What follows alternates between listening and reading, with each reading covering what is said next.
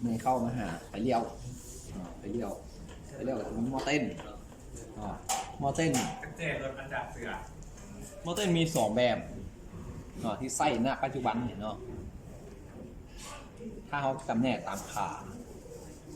จะมี2แบบที่ใส่3ขาครับ8ขา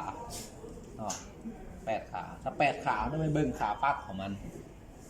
ปักของมอเต้นถ้า3ขามันจะมีสัญลักษณ์อยู่เนาะมีสัญลักษณ์ถูกกล้องนี่เนาะนี่เนาะแบบนี้เนาะนี่เบิ่งอยู่เนาะ B E L มาเขาจะต่อตามนี้พอแบบวงจรเขาให้มาแล้วจากสวิตช์ทุกเสือนขาได้เข้ามาหา B ส่วน L เดกลับไปหาสวิตช์ทุกเสือนขั้วใดE เนี่ยกล่าวเวลาเขากวดสอบมอเต้นเขาจะกดไส้มิเตอร์กวดสอบเขาจะกวดสอบว่ามีไฟเข้าหรือบอกกลัว B ก็คือ B ไฟเข้าเลี้ยงมอเต้นเปิดสวิตช์กระแจมาปุ๊บไฟต้องมาเลี้ยงมอเต้นกลัว B ถ้าบุมีไฟมาไปน้ำทุกสายไฟน้ำฟิวเริ่มไปกดฟิวมาฟิวบวกคามน้ำสายไฟมา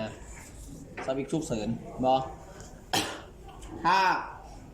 บีมีไฟแล้วปุ๊บมีกล่าวแล้วโคอี้โคอี้ต่อเนื่องกับตัวถังวัดกันตัวเนื่องอี้กับตัวถังพอดขาเสียบมอเตอร์ออกมาไปวัดกันตัวเนื่องถ้าตัวเนื่องกับตัวถังปุ๊บ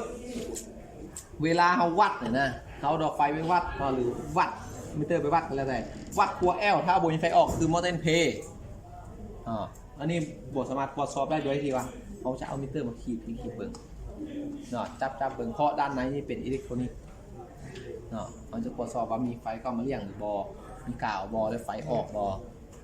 ถ้าไฟออกมันไปตรวจสอบสวิตช์ตัวอื่น